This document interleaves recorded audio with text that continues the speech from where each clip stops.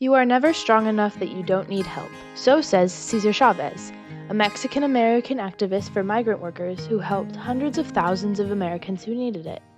Many people may have heard the name Cesar Chavez, but not many people know exactly how impactful his struggles for migrant laborers were. Cesar Chavez was very influential to civil rights because he fought for the rights and protections of American farmers and migrant farmers and helped improve working conditions. Born on March 31, 1927, in Yuma, Arizona, Chavez grew up in a succession of migrant camps and attended school sporadically. After serving in the Navy during World War II, he returned to California and Arizona as a migrant farmer and later held positions of power there, allowing him to take action in favor of the large population of migrant workers in America.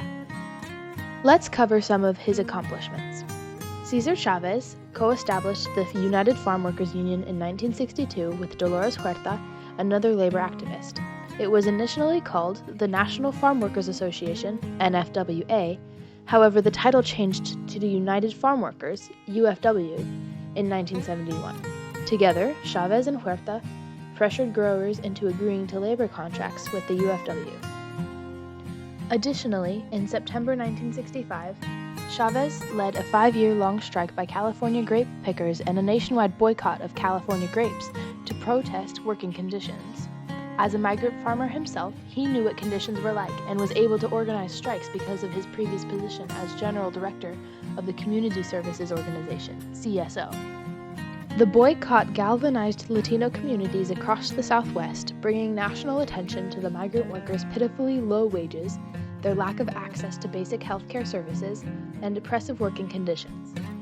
This grassroots movement underscored the urgent need for systemic change in labor rights, wages, and healthcare provisions for marginalized workers.